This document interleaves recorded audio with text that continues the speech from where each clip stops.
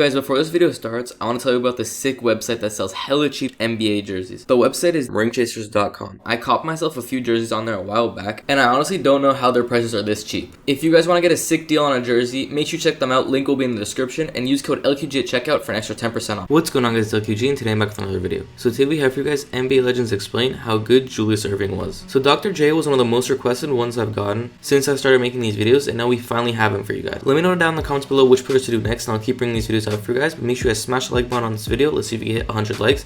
Also, make sure you guys subscribe to the channel to catch all the new content. We're releasing daily videos for all of 2021, so make sure you don't miss out. With that being said, let's get into NBA Legends Explain how good Julius Erving was. Did you approach him and say, hey, I'm Charles Barkley? Did he see you and say, welcome? How did that all work? I've told this story 100 times and I never get... I must not have been listening. I told the brothers. Just the brothers. Ernie, the night before training camp, I was up all night. I was nervous. This was my first training camp, obviously. But the number one thing I thought about the whole night was, how am I going to approach Dr. J? Do I call him Dr. J, Julius, Mr. Erving? I had cold sweats thinking about that.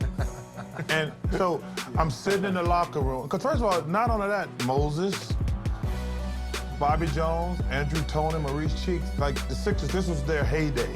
So I was up like, God, I want to see all these guys I've been watching on TV. I don't know what to do. And Doc was clearly at the forefront. And I'm sitting there, finally, I'm in the locker room, and I said, well, I don't know what to do. And Doc comes over and says, hey, young fella, I'm Doc. And I said, I'm Charles Barkley.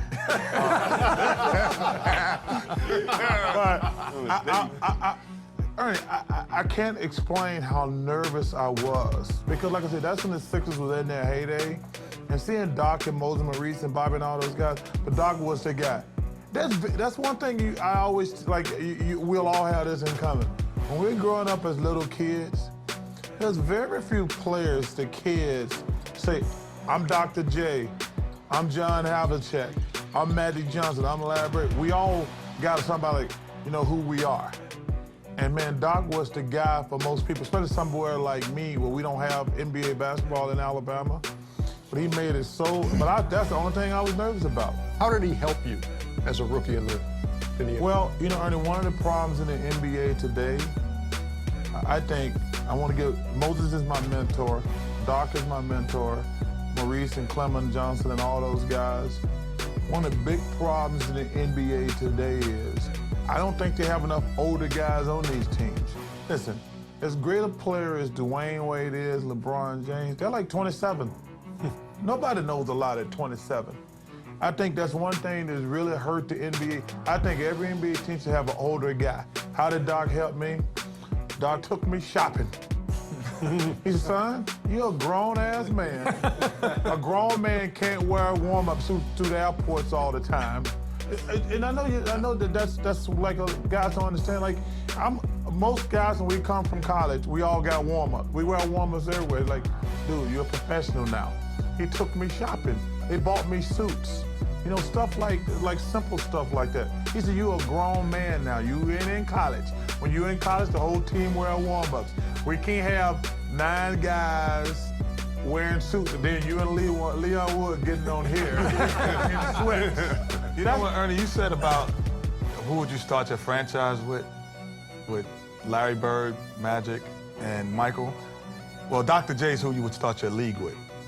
And he's the guy who could be an ambassador for the league, and he could be a spokesman, and his style of play was infectious. So he create all of those things that those three had. Dr. J was the first league ambassador. And in terms of being ABA to NBA. Yeah, and really being a pioneer in style of play and the whole, you know, just call it swagger, call it style, call it flash, whatever. He had it. And the fro. And I think that, you know, the fro really set him apart, especially in his ABA days, coming in, merging into the NBA. But look, I grew up a Laker fan. And in '83, obviously, you know, when Philly played the Lakers, how many of us here, seriously, after that move, when he went baselining, he held it, and how many of us went outside and tried to do that? We didn't have the big hands, but we all tried to be like Dr. J. We all tried to sail. We all tried to jump from the free throw line. I think he originally won the first slam dunk competition. Reggie, you mentioned the fro. How about the shoes? Yeah. Isn't he the first guy who had his own shoe? The doc, remember the Converse Dr. J? You're right, Steve. I don't think anybody else up Chuck to that Taylor. point had their own Chuck Taylor. Doc was the first brand. Yeah. I think when also to echo Charles, because Doc lives here in Atlanta and I'm still with him, being around him, you're still nervous around Doc.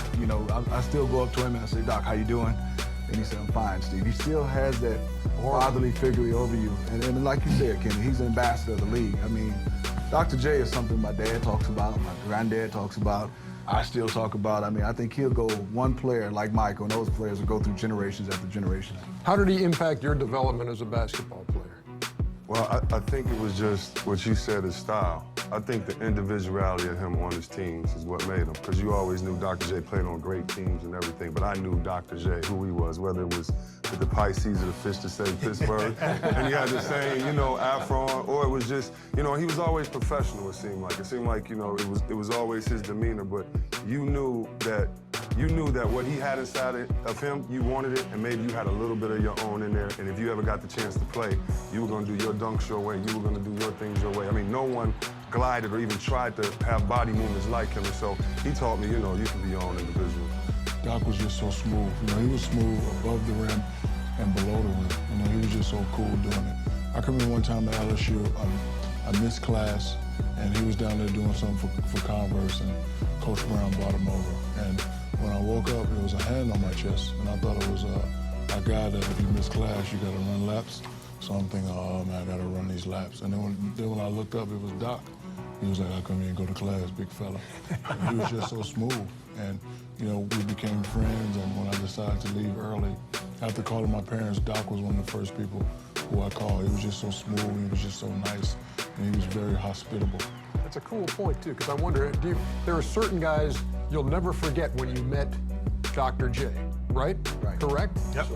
I mean, it's just the presence. I mean, you just feel like he has the answer, whatever you want to ask. I mean, Dr. J, we talk now, about our kids, and, everything is, he takes a little pause, and whatever he says, I'm listening like I'm a little kid again. That's what Dr. What's that, Yoda, the person with the beard? Who's the person, not Yoda, but the person with the beard? And they come in and then you're gonna see this great, you're gonna see this great person to get all of the insight from. He's like that person in those from the Matrix. In the Oracle. He's the Oracle. He's the Oracle. He still is that guy. Like, even last year, we were doing the playoffs, and I remember you said this is the best part about our job. We had one of the best conversations before the game where we were talking about just who our favorite players were and all this, and Dr. J walked in, and I've always had the biggest hands I've known. I've never met anybody with hands bigger than mine. And it was just an honor to go up to him and say, let me see your hands. No, give him the better story. I have an event, All-Star Weekend. Oh, you gonna tell him? Tell him. I'm a Dr. J fan. Go ahead. Dr. J is at the event, and Chris Webber's there. So all of a sudden, the night is ending, and Chris is walking around with a cup. So I'm like, Chris, why are you taking the cup? This was Dr. J's cup. He stole the cup for the event and had him sign it. And this is 2 years ago, so that's the impact. Still hasn't poured it out. I actually drink out of everything. I don't wash it. It's just got his name on it. Hey, Reggie says it's part of it was the fro, and your hairdo on that photo over there. Look, I tried a little bit of I tried to do the Dr. J curl right there. I had a little curl. ESG, it's a fella. Wow. I tried to have the doc there. That was the best I could do. There's Kenny and the Czar. So that's it for this video, guys. I want to thank you guys so much for watching. If you did enjoy, make sure you leave a like and also subscribe to the channel. Like I said at the beginning, we're releasing daily videos for all of 2021, so you don't want to miss out. And yeah, I'll catch you guys on the next video. Thank you guys for watching, and have a great day.